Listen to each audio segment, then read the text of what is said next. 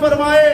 پھر عثمان ذوالنورین اٹھے, اعلان فرمائے یا رسول اللہ غلام حاضر ہے, مزید 100 اونٹ یعنی 200 اونٹ اسلام کے لیے مال و اسباب سے لدے بوریوں کے ساتھ اسلام کے لیے وقف کرتا ہوں. آقا تیسری مرتبہ اعلان فرمائے, صحابہ فرماتے ہیں پھر عثمان ذوالنورین اٹھے اور 100 اونٹ کا اعلان فرمائے, گویا 300 اونٹ مال و اسباب کے ساتھ اللہ اس کے رسول کی رضا کے لیے فراہم کرنے کے لیے اعلان فرما دیے. عبد الرحمن بن عوف رضی اللہ عنہ فرماتے راوی, میں نے دیکھا مصطفیٰ کریم علیہ الصلوۃ والتسلیم منبر اقدس سے مسکراتے ہوئے اتر رہے ہیں اور ارشاد فرماتے ہیں اللہ عثمان سے حساب نہیں لینا, اس کے بعد عثمان جو چاہے کرے, اللہ ان کو بخش دیا ہے, معاف کر دیا ہے. مدینہ گرامی عثمان ذوالنورین ہے. اور ایک صحابی فرماتے ہیں جب عثمان ذوالنورین کا مال و اسباب مدینے میں آیا, 300 اونٹ بوریوں سے لدے ہوئے اونٹ اور 900 گھوڑے یہ بوریوں سے لدے ہوئے آئے آپ کے حضور کے پاک علیہ السلام کی خدمت میں, تو اس میں کوئی اشرفیاں بھی تھے, کچھ دینار درہم بھی تھے. دینار کے تھیلیاں لا کے مسجد نبوی میں ڈالی گئی. حضور پاک علیہ السلام دیکھے اور اس کے اندر آقا اپنا نبوت والا ہاتھ پھیراتے ہوئے اللہ سے عرض کر رہے, خوش ہوتے ہوئے, آقا یا اللہ یہ عثمان کی سخاوت ہے, یا اللہ عثمان سے حساب نہیں لینا, یا اللہ عثمان سے حساب آسان لینا, یا اللہ عثمان سے میں راضی ہوں, تو بھی راضی ہو جا. مدینہ گرامی یہ عثمان ذوالنورین رضی اللہ تعالیٰ نے, آقا علیہ السلام ان کو ذوالنورین بھی فرمائے. آدم علیہ السلام سے لے کے حضرت موسیٰ علیہ السلام تک, عیسیٰ علیہ السلام تو نکاح نہیں فرمائے, انشاءاللہ قیامت سے قریب آئیں گے اور نکاح فرمائیں گے. حضرت موسیٰ علیہ السلام تک یعنی ان سے پہلے جو پیغمبر ہے 1,24,000 کے لگ پیغمبروں کی اولاد میں کوئی بیٹی اپنی ان کی امت میں 2 بیٹیاں نہیں گئے سوائے حضور پاک علیہ السلام کی 2 بیٹیاں. حضرت رقیہ رضی اللہ عنہ کا نکاح آقا عثمان ذوالنورین سے فرمائے, ان کا وصال ہوا تو بی بی کلثوم کا نکاح حضرت عثمان سے فرمائے.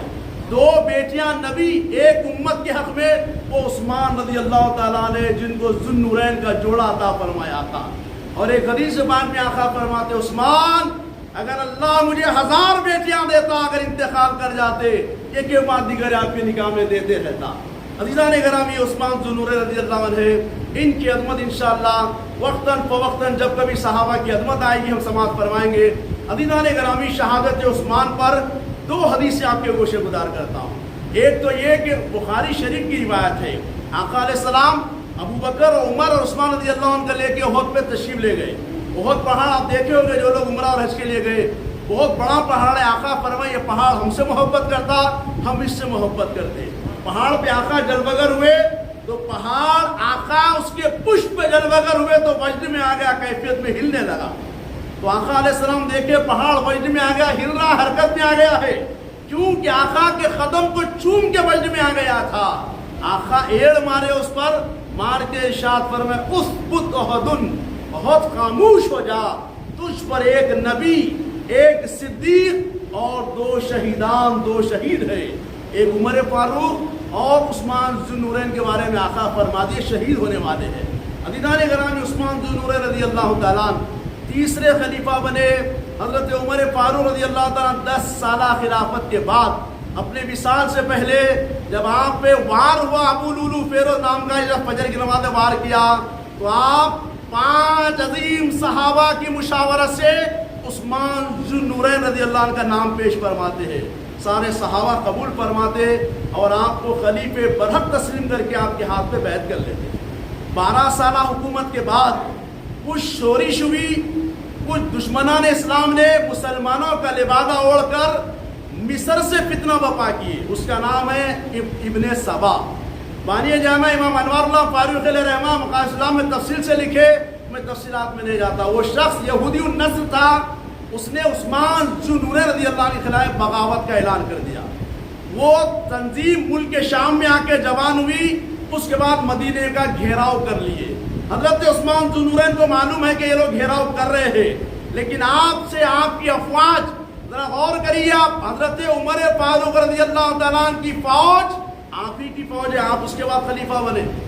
بڑی بڑی ریاستیں, بڑے بڑے ملک, یہاں تک کہ یورپ کے تمام علاقے فتح ہو گئے, آدھی دنیا پہ حکومت ہو گئی. سب سے بڑی فوج اس وقت دنیا میں کسی کی تھی تو حضرت عمر فاروق رضی اللہ تعالیٰ عنہ کی فوج تھی, وہ حضرت عثمان کے حوالے ہوئی. لیکن فوج کے بڑے آفیسران کہنے لگے اجازت دیجیے، شوری بپا ہو رہی ہے، ادھر سے لوگ جمع ہو رہے ہیں آپ کے خلاف، آپ اجازت دیجیے، ان کا قتل عام کر دیا جائے گا، جنگ کی جائے گی ان سے۔ حضرت عثمان ذو النورین کا رحم و کرم دیکھیے، آپ فرماتے ہیں نہیں نہیں، میرے مصطفیٰ کے دیار نبوت میں کسی کا خون بہانا نہیں چاہتا، چھوڑ دو ان کو، آنے دو، جو چاہیں ان کو کرنے دو، اگر میرے ایک کے جان کے پیاسے ہے تو میں کئی ہزار مسلمانوں کو کٹانا نہیں چاہتا، میں جام شہادت نوش کرنا چاہتا ہوں۔ عزیزان گرامی، آپ قرآن مجید کی تلاوت فرما رہے تھے، 40 دن تک آپ کے گھر کا محاصرہ کر لیے باغی لوگ، اس کے بعد 3 یا 4 دن یا 8 دن تک آپ کو کھانا پانی بند کر دیے، اس کے بعد پیچھے سے دیوار پہ آپ کے اندر داخل ہوئے اور آپ کا مین دروازہ جلا دیے، اس کے بعد آپ کی شہادت کا ذریعہ بن گئے۔ مدینہ گرامی، عثمان ذو النورین رضی اللہ تعالیٰ عنہ کی زوج محترمہ روکنے جانے سے ان کی انگلیاں شہید ہو گئے۔ حضرت عثمان ذو النورین قرآن کی تلاوت میں سے وار ہوا، آپ کی خون کا خطرہ سب سے پہلے قرآن پہ گرا، جہاں پہ آیت ربانی فَسَيَكْفِيكَهُمُ اللَّهُ وَهُوَ السَّمِيعُ الْعَلِيمُ، اس آیت ربانی پہ خون کا خطرہ گرا اور آپ جام شہادت نوش فرمائے۔ یہ تاریخ ہے حضرت عثمان ذو النورین رضی اللہ عنہ کی۔ کب؟ 18 ذی الحج 35 ہجری، یہ تاریخ یاد رکھیے۔ اللہ کی بارگاہ سے دعا ہے کہ الہ العالمین جو کچھ سنایا ہوں، جو کچھ سنا گیا، مولا عمل کی توفیق رفیق عطا فرما۔ مولا ہم سب کو صحابہ سے محبت کرنے والا بنا دے، اہل بیت رسول اللہ سے محبت کرنے والا بنا دے، حق پرستوں سے محبت کرنے والا بنا دے۔ الہ العالمین حضور کی سچی محبت نصیب فرما دے، حضور کی آل کی سچی محبت نصیب فرما دے۔ الہ العالمین اسلام پہ مر مٹنے کا جذبہ ہم کو بھی نصیب فرما دے۔ الہ العالمین خیر کا معاملہ فرما دے، بھلائی کا معاملہ فرما دے۔ مولا بالخصوص فلسطینیوں کی مدد فرما، فلسطینیوں کی مدد فرما، غزہ کے مظلوموں کی مدد فرما، کشمیر کے مظلوموں کی مدد فرما، مصر کے مظلوموں کی مدد فرما، ملک شام کے